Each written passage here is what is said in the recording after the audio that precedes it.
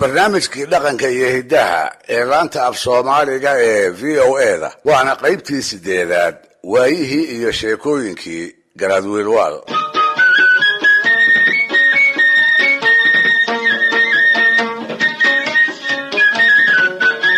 dhegaystayaal, tan iyo markuu garaadsaday waxaa wiilwaal ka go'nayd inay caddaato rag oo idil inuu isagu ugu awood roon yahay, welibana ugu garasho badan yahay. sidaas awgeed wuxuu filan jiray cirka iyo dhulka meel dhexdooda ah in laga wada eego. xilliyadii hore ee ina garaad faarax loo yaqiin iyo markii inta la caleema saaray uu garaad xirsi noqday kadib, muddadii uu noolaa oo dhan sheekooyinkii dhulka soomaalida la isaga warin jiray waxay u badnaayeen isaga iyo wacdarihiisa, isaga iyo xujooyinkiisa, isaga iyo feejignaantiisa. wuxuu ahaa nin si aada u rumaysan hubka wax la isaga rabo oo qurihi inuu yahay waxa awoodda lagu xagsan karo ee dadweynaha uu u taliyo uu ruuxa madaxda ahi tiisa ku yeelsiin karo. wuxuu ahaa badbaadada noloshiisa nin aan cidna ku hadlayn oo dadka wixii gacal u ah iyo wixii aan u ahaynba isku si isaga ilaaliya. qalabkiisa dagaalka ayuu dhab u aaminsanaa, naftiisa iyo boqortooyadiisa labadabana isaga ayuu gaashaan uga dhigtay.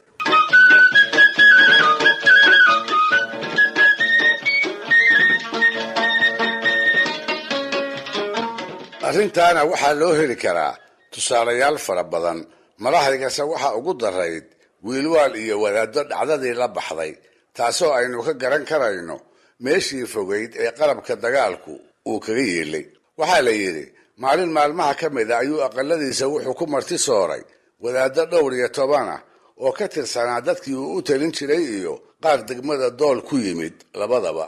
aqoonta diinta oo ay ka sinaayeen ka sokow waxaa ku jiray qaar xaaje hebel loogu yeero oo taa awgeedna si weyn ay bulshadu ugu maamuusi jirtay.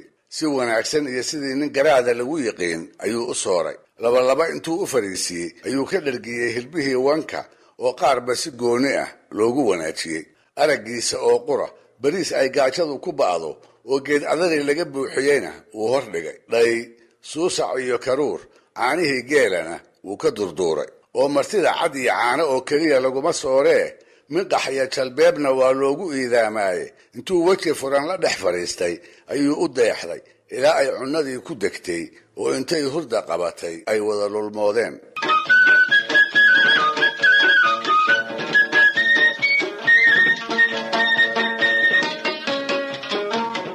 ha yeeshee inay duceeyaan oo keliyihii markay u hadhay, markay u faarumaysteen inay reerka ka ambabaxaan ku walibana uu qoyskiisii u carraabo, ayay wiilwaal wax ku soo kordheen. waxbaa ku soo dhacay.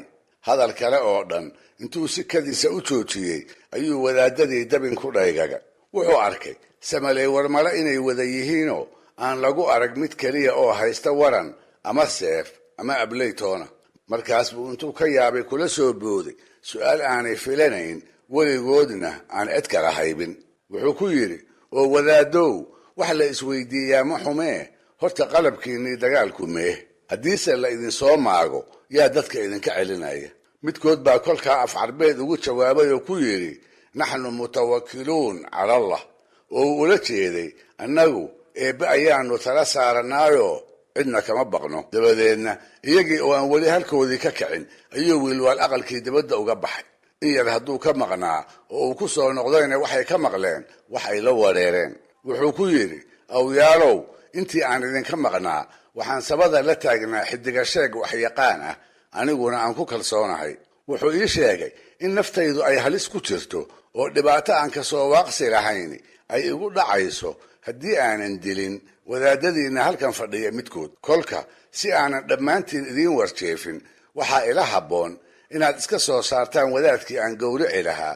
arrintuna ogaada oo waa degdeg. haddiiba wadaad ka mid ah ayay soo muquuniyeen intay farta ugu fiiqeen.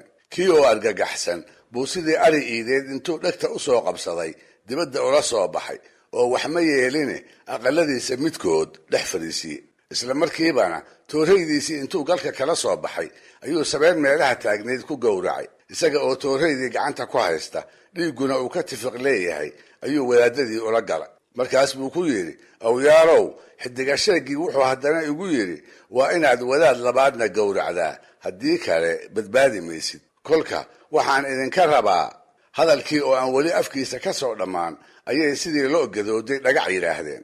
naftaa macaane ilidii uu ku hortaagnaa ayay isku buurteen, iyaga oo kutubtiina gooshii kaga tegey, kabihiisii mid iladayna aan lagu arag. argagax baa dhammeeyey, ku waliba hortiisa ayuu u cararay, isaga oo aan garanayn halkay caguhu ku simi doonaan.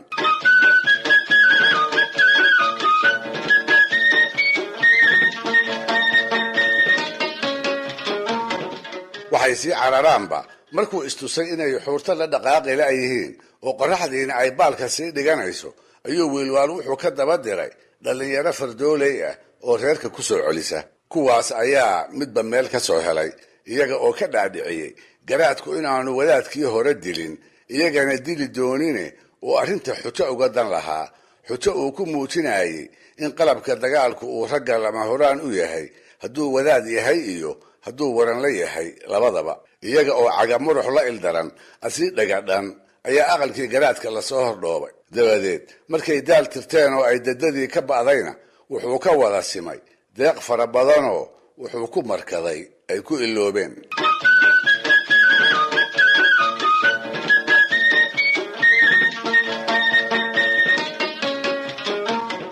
wadaad haddaba culimmadii maalintaa ku jiray oo ay muuqato in tusaalihii garaadku uu ku duxay ayaa waayadii dambe waxaa la arki jiray mar walba isaga oo gacanta midige waran deelaysan ku wata, isla markaasna kitaabka qur-aanka ahi uu garabka uga laalaado. maalin dambe ayaa ina dhallinyari wuxuu ku yidhi, awgayow labadaani ismaba lehee maxaad u wada sidataa, maad mid iska dhigtid? wadaadkiina wuxuu ku jawaabay weer uu inankii la yaabay, asuu wiilwaal madaxa u ruuxi lahaa. waa weedhii ahayd, maandhow kitaabkana eebbaan u sitaa, warankana aadane.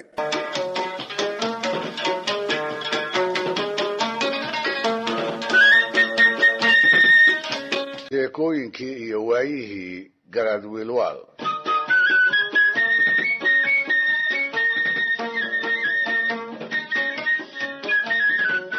dhegaystayaal, xilligii wiilwaal talinayay iyo kadibba soomaalida hiddaheeda laguma aqoon madaxda cusubi inay ka leexdaan raggii hore ee ay guddoonka ka dhaxleen tabihii ay wax ku maamuli jireen.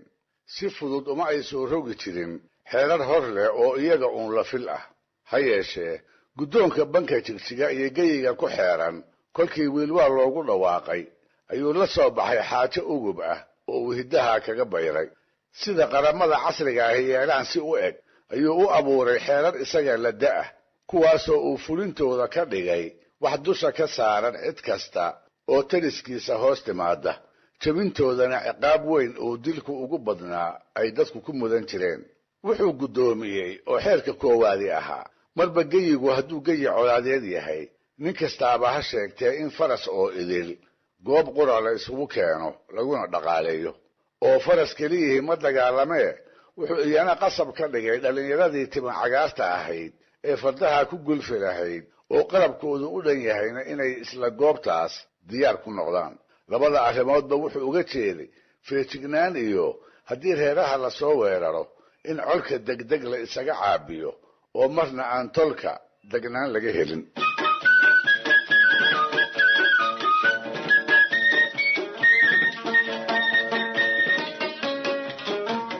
xeerka labaad ee uu soo rogay wuxuu ahaa karinla awr oo idil in isna meel lagu wada hayo oo baadi iyo banjoognimo laga dhowro. taana wuxuu uga dan lahaa haddiiba ay lama huraan noqoto col aan la iska celin karin in laga qaxo, in gaadiid la'aan awgeed aan reeraha qaarkood meesha lagaga tegin, hadhowna aan la darfagoosan.